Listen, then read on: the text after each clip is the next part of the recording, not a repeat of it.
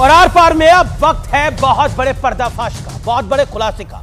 आपने आज तक सुना होगा कि भारत को पहले मुगलों ने और फिर अंग्रेजों ने खूब लूटा, लेकिन आज मैं आपको व्यूअर्स जो बताऊंगा कि कैसे आजादी के बाद सालों तक भारत को लुटाने का खेल खेला जाता रहा और इस खेल को देश के दो प्रधानमंत्रियों ने खुलेआम खेला। यह सत्य बेहद पीड़ादायक है जो मैं आज बता रहा हूं, लेकिन एक आरटीआई में बहुत बड़ा एक्सपोजे हुआ है, बहुत बड़ा खुलासा हुआ है, जिसके मुताबिक यह पता चला है कि दशकों पहले भारत के दक्षिणी हिस्से का एक टुकड़ा बड़ी ही बेशर्मी से लुटा दिया गया, यानी दे दिया गया। और इसी मुद्दे पर आज देश के प्रधानमंत्री नरेंद्र मोदी ने देश की उन पुरानी सरकारों को करारा वार किया है, प्रहार किया है। प्रधानमंत्री मोदी ने कहा है कि कांग्रेस और डीएमके पारिवारिक इकाइयां हैं, उन्हें केवल अपने बेटे बेटियां आगे बढ़ाने की परवाह है।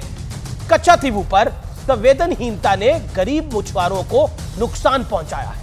प्रधानमंत्री की बात के मायने समझाने के लिए मैं आपको साल 1961 में ले जाना चाहता हूं। बात तमिलनाडु और श्रीलंका के बीच मौजूद एक कच्चातीवू द्वीप की है। आप बोलेंगे ये कहां से आ गया? ये था, भारत का पार्ट था।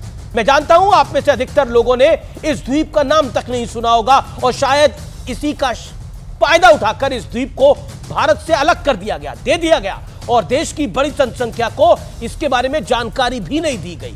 लेकिन आज सच जानने का दिन है, बताने का दिन है। प्रधानमंत्री मोदी जिस कच्चातीवू की बात कर रहे हैं वो रामेश्वरम और श्रीलंका के बीच मौजूद है।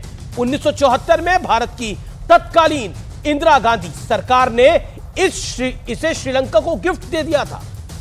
श्रीलंका की प्रधानमंत्री भंडार नायके के साथ इंदिरा गांधी के इसके लिए एक समझौता भी हुआ था और इस समझौते के बाद 285 एकड़ के द्वीप को श्रीलंका के हवाले कर दिया गया था। हालांकि तब तमिलनाडु के तत्कालीन मुख्यमंत्री एम करुणानिधि ने इंदिरा गांधी के इस फैसले का विधानसभा में तो विरोध किया था, लेकिन अब असल बात सुनिए।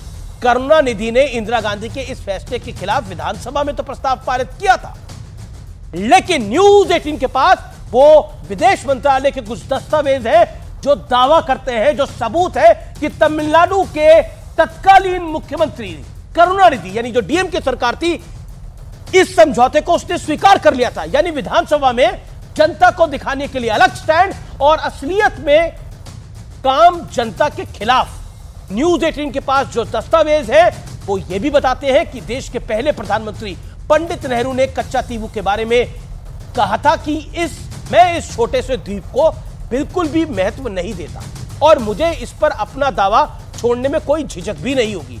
पंडित नेहरू की 10 मई 1961 की नोटिस में यह कहा गया, मुझे इस तरह के मामलों में अनिश्चित काल तक लंबित रखना और संसद में बार बार उठाया जाना पसंद नहीं है। नेहरू जी को पसंद नहीं था, इसलिए शायद दे दिया।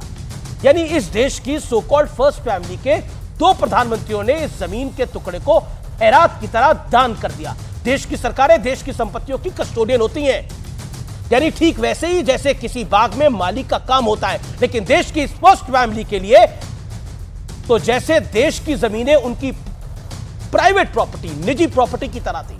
दक्षिण के कच्चातीवू को लुटा दिया गया, लद्दाख में अक्साई चिन को दे दिया गया, जिसके बारे में पंडित नेहरू ने संसद में कहा था कि अक्साई चिन की जमीन तो बंजर है, चली भी गई तो क्या जाता है। और उन्हीं नेहरू जी की बदौलत भारत को पीओके जैसा नासूर आज तक झेलना पड़ रहा है।